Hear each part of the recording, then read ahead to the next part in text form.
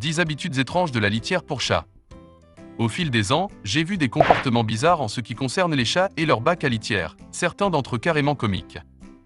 Donc, dans l'esprit de la liste Les Show Top 10 de David Letterman, voici mon compte à rebours pour certains des comportements les plus étranges de la litière pour chat que j'ai vu. Dormir dans la boîte propre. Mon amie Linda a un chat nommé Galway, qui a récemment commencé à dormir dans une litière nouvellement creusée. Linda a mis la boîte dans un nouvel endroit, au bout d'un couloir calme. Galway est monté à l'intérieur et s'est rapidement endormi sur la litière propre. Le bac à litière était son endroit pour dormir pendant 2 jours et 2 nuits, et il n'a décidé de dormir ailleurs que lorsque l'un des autres chats a utilisé le bac à sa propre intention. Frottement contre l'extérieur de la boîte. Je vois surtout ce comportement lorsqu'un tout nouveau bac à litière est installé. Après avoir posé la nouvelle boîte, quelques-uns de mes chats disent à la boîte qu'ils l'adorent en se frottant le visage sur tous les côtés. Bien sûr, ils n'aiment pas vraiment la boîte, ils revendiquent la propriété de la boîte en la recouvrant de leur parfum. Faire pipi sur les côtés de la boîte.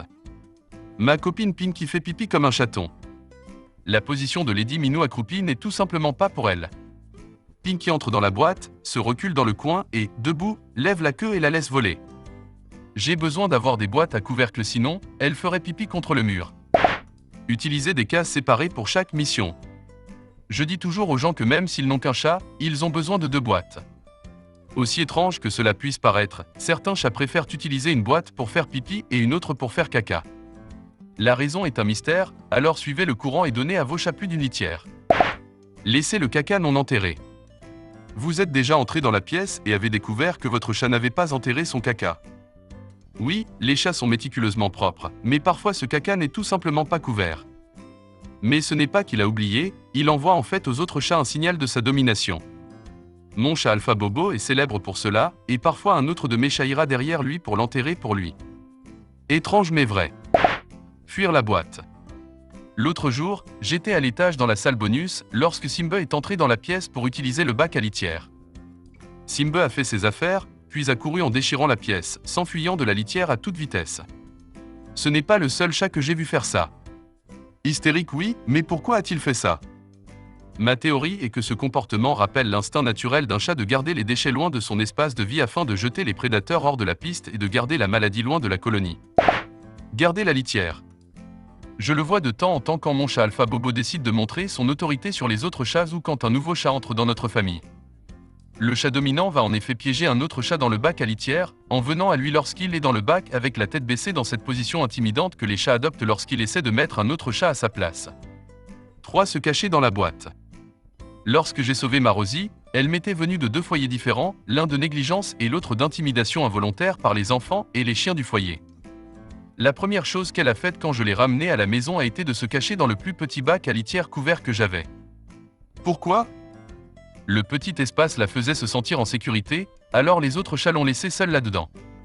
Il m'a fallu 1 semaine pour la sortir de la boîte et encore quelques mois avant qu'elle ne sorte du placard de la litière. Jouer dans la boîte. J'avais l'habitude de m'occuper d'un chat nommé Brazeux.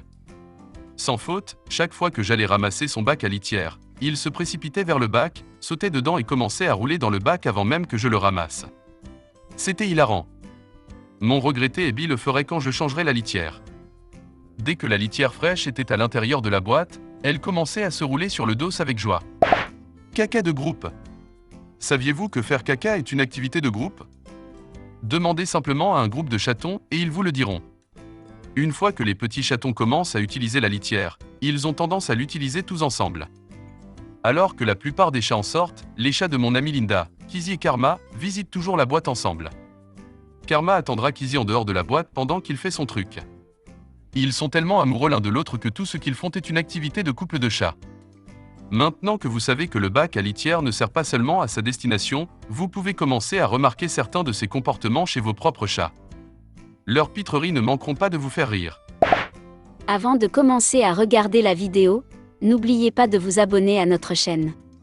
Vous pouvez nous soutenir en vous abonnant à notre chaîne et en aimant notre vidéo, et être informé de nos nouvelles vidéos.